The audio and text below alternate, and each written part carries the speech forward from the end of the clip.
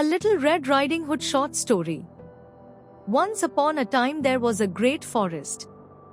By the forest there was a small house. And in the house lived a man, a woman and their little daughter.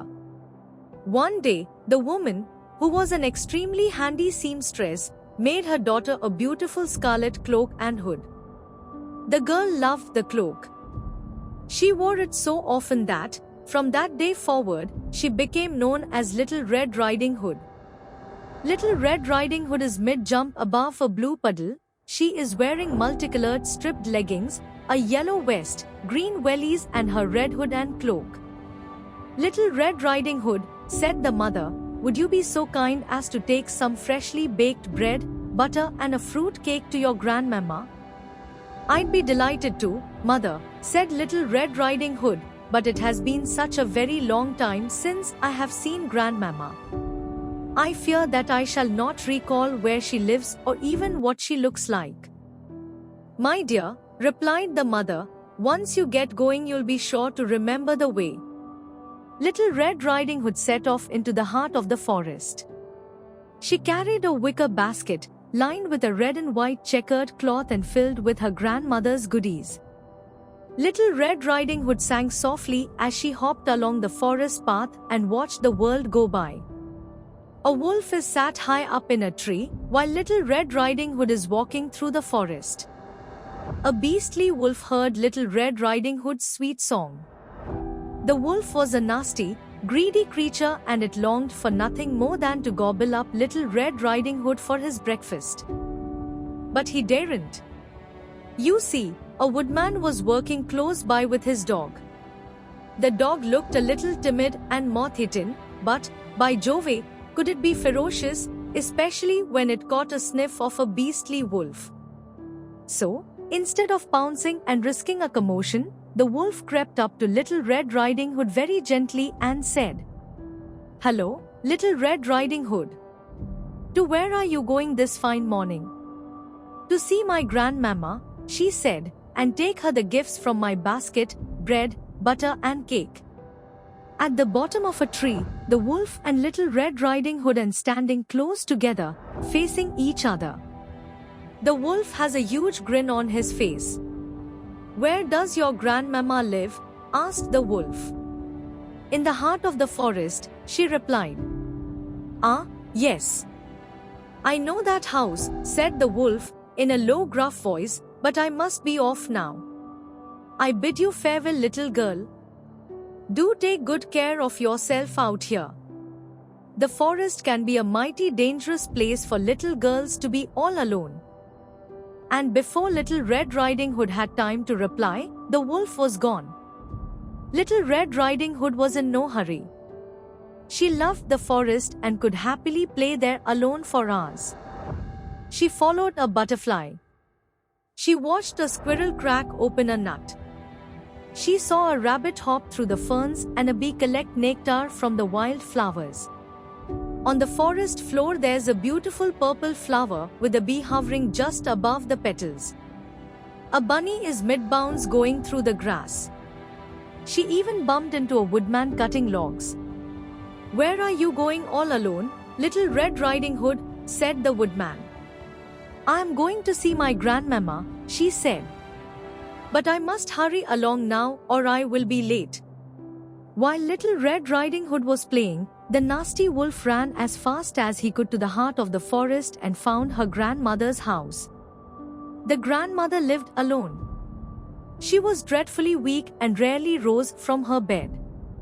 And, as it happened, she was in her bed that very day.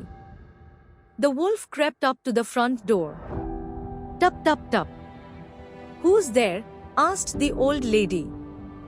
"Little Red Riding Hood, grandmamma," said the wolf, trying to put on a child's voice. "Come in, my dear," said the old lady. "Pull the string and the latch will lift up." The wolf went inside. The grandmother is lying in bed, covered by a peach duvet which the wolf has grabbed the bottom left-hand corner of and is starting to pull. You can imagine the old lady's shock at the sight of the wolf standing in front of her. She froze in fear and, moments later, The beastly wolf, hungry from his run through the forest, gobbled her up in a single bite. But the wolf was not satisfied. He wondered what it would be like to have a taste of sweet little Red Riding Hood.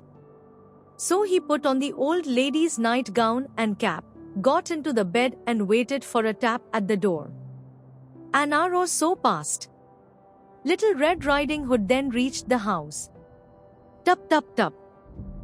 "Come in," said the wolf, trying hard to sound as much like the old lady as possible. "Pull the string and the latch will lift up." Little Red Riding Hood thought to herself, "I don't remember Grandmamma's voice sounding so gruff." But she went in and saw her grandmother lying in bed, just as she was expecting. "Grandmamma," said Little Red Riding Hood, "Mother has sent me with bread and butter and cake for you." "Oh, you are kind," said the wolf, "come here and let me kiss you." Little Red Riding Hood, who, remember, had not seen her grandmother for some considerable time, approached the bed. The wolf is inside the grandmother's bed, wearing her nightcap. Little Red Riding Hood stood next to the bed, leaning over slightly and pointing to the wolf's face. "Grandmamma," she said, "what a great nose you have." "All the better to smell you with, my dear," said the wolf. "And, Grandmamma, what large ears you have."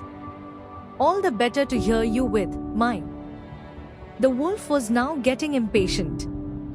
His lip curled up slightly, revealing a huge set of sharp white teeth. "Oh my, Grandmamma, and what great teeth you have," said Little Red Riding Hood.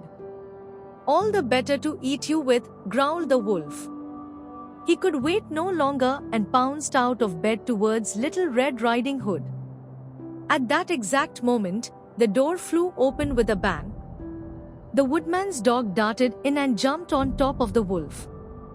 The wolf made a whimpering sound as he fell backwards onto the floor. Seconds later, the woodman dashed in, wielded his tremendous axe high above his head and brought it down with a thud, chopping the beastly wolf's head clean off in a single blow. "Oh, thank you, kind woodman," cried Little Red Riding Hood. "How on earth did you know the wolf was here and that I was in danger?" "Well," said the woodman, "I'd seen a nasty-looking wolf lurking in the forest recently. When we met earlier, I wanted to make sure you were safe, so I followed you. My dog got scent of the wolf when we approached the house and we rushed in to save you." "Oh, how brave and clever you are, dear woodman," said Little Red Riding Hood. "1,000 thank yous again." The woodman walked Little Red Riding Hood home and explained the nasty happenings to her parents. They were eternally grateful to the woodman and his dog for saving their precious Little Red Riding Hood from the beastly wolf. Little Red Riding Hood is running, her red hood and cloak floating in the wind. She is holding the dog with both arms above her head. The dog looks very happy and is sticking his tongue out. The end.